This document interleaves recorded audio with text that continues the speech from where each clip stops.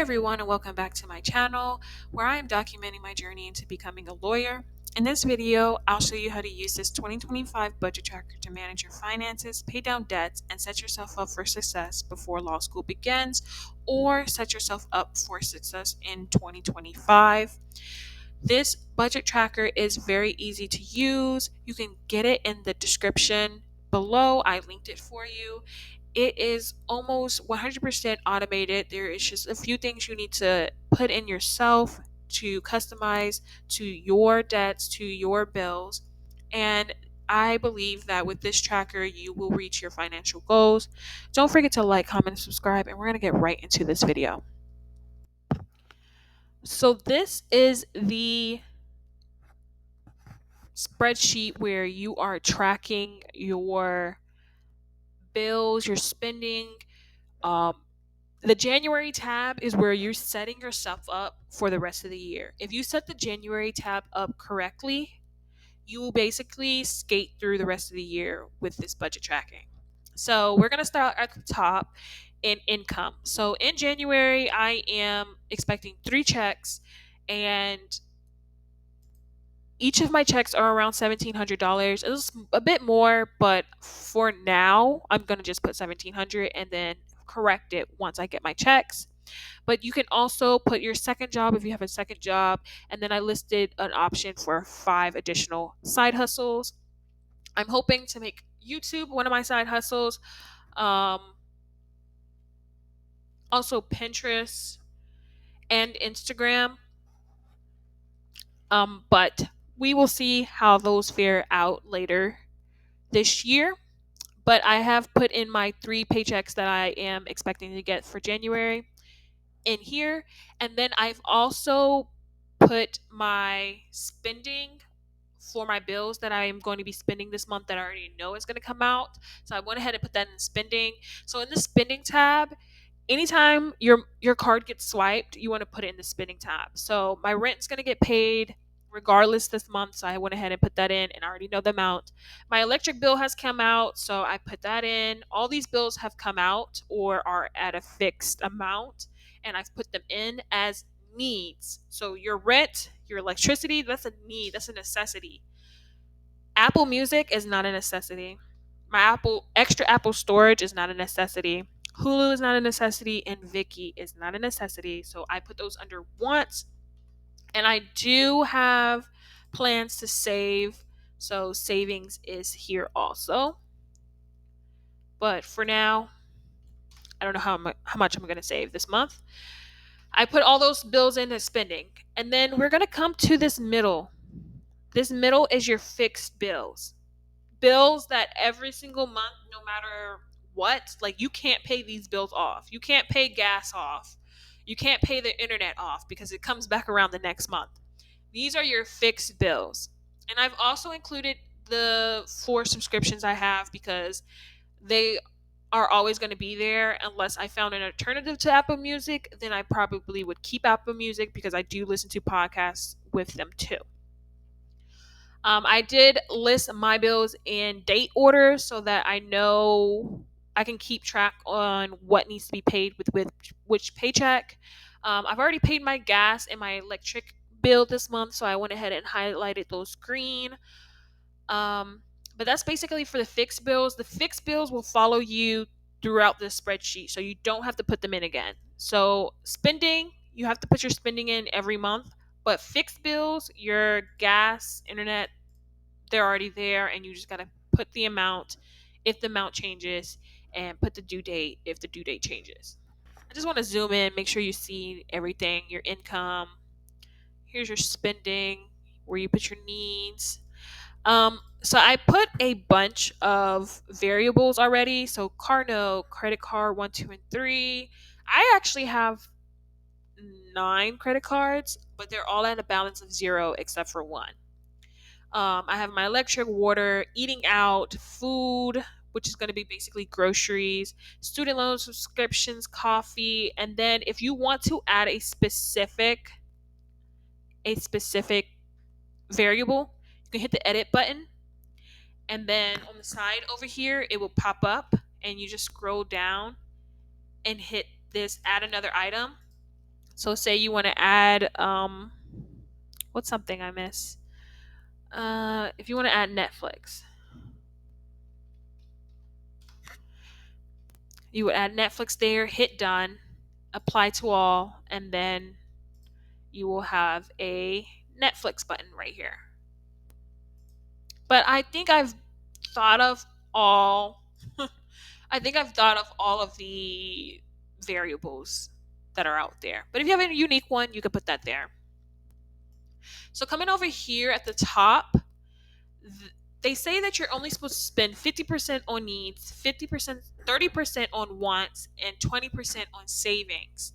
So this will calculate that for you based on what you put in your income box. So should only spend 2,550 on my needs, basically bills, 1,500 on my wants, like going out to eat, vacation, stuff like that, and 1,000 on savings. Currently, I'm a little bit over on my needs, but am paying down debts, so I do expect that to be pretty high. My wants, I am on a no spend 75 hard, so I am going to allocate these wants to my needs so I can pay down my debt. And then savings, I am hoping to save at least 1,000 this month. So right here in this column is my total income. It will automatically add the numbers up for you. Total bills, it will add up all your bills. And then total spent, it will add up your spending for the month. Do not let the total spent get higher than your total income. That means you're in the deficit for the month and you don't want that. Coming on down to the next section is savings. So your 6 months emergency fund is the same and it is fixed on every sheet all the way down till December. You will have your 6 months emergency fund. So your 6 months emergency fund goal should be 6 times your bills, your needs. So a way to calculate this is by clicking the goal box, hitting equal sum,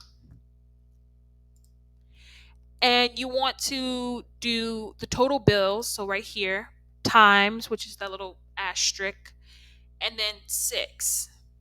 So your total bills times 6 and hit enter, and that will be your 6 month emergency fund. Or you can put in the number yourself. So my 6 months emergency fund is going to be 20,000, which is higher than 16,000, which is a good thing. So it doesn't you don't want it to be lower than what you actually need, and that will carry over into the other months. So 20,000 is automatically put in for the rest of the months as a goal. And then you can add any other savings goals you have. I am going to Puerto Rico this year, so I want to save $1,500. I want my Ally account to be at $3,500. I want my high interest savings account to be at $2,500. $25,000. And just for January, I am fixing my balance to reflect what I already have. So I have $1,000 in my 6 months emergency fund, so I put 1,000 here. I have not started saving for my Puerto Rico trip. My Ally account does have $1,100 in there, and my high interest saving account has $9,341 in it. So that's that. So if you put something here like, let me just put jump, it will show up in all of your templates. So you don't have to do this every single month.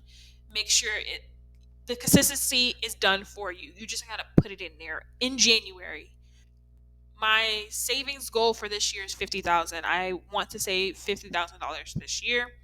So this is incorrect, only because I was correcting the balance, but my balance currently saved is $11,472. So I'm $3,900 down from my goal. The next box is the star of the show. It is the debt box. You will list out all of your debts here. So, credit card, car loan, and student loans is the current debts that I have. My credit card is at $3,500. My car note is at $13,900, and my student loans is at $18,040. Um, Let me back up and go to the debt tracker. So, whatever you put for your debt, let's put YouTube as a debt. If you come back to the debt tracker, YouTube is added right here. If you add blue here, blue is added as a debt here. So, whatever you do in January, it really matters what you put in for January. So, start the year off right, and it will help you sail through the rest of the year. So, we're going to put YouTube back here just to show you how this works. So, I have YouTube here. Starting balance is 0. But if I put starting balance at 1,000, because I want to hit 1,000 subscribers. So if you want to take a moment right here and hit the subscribe button, I would really appreciate it. And we go back to the debt tracker. We have 1,000 right here. The only thing you would need to fill in to make this debt tracker work seamlessly is your minimum monthly payments. I'm going to put 1 because each of you can subscribe once to my channel. And then the interest rate. So I'm going to put 2% just for the sake of calculations. The calculations are done for you. So right here, my credit card is balance is $3,500. The minimum monthly payment is $50, and the interest rate is 0% because I did a balance transfer.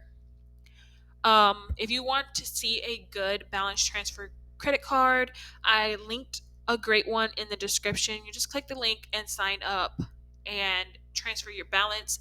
Some have 12 months, some have 18 months of 0% interest.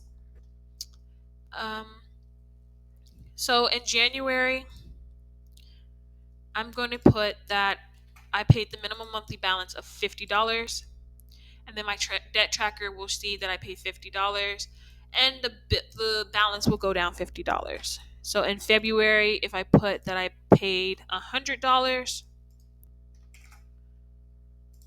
the debt tracker will show $100 and the balance will go down $100 just because the interest is 0%. With my car note, I have a 1.9% interest and my car note payment is $440.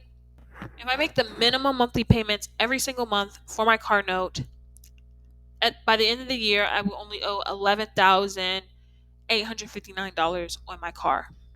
And so on and so forth.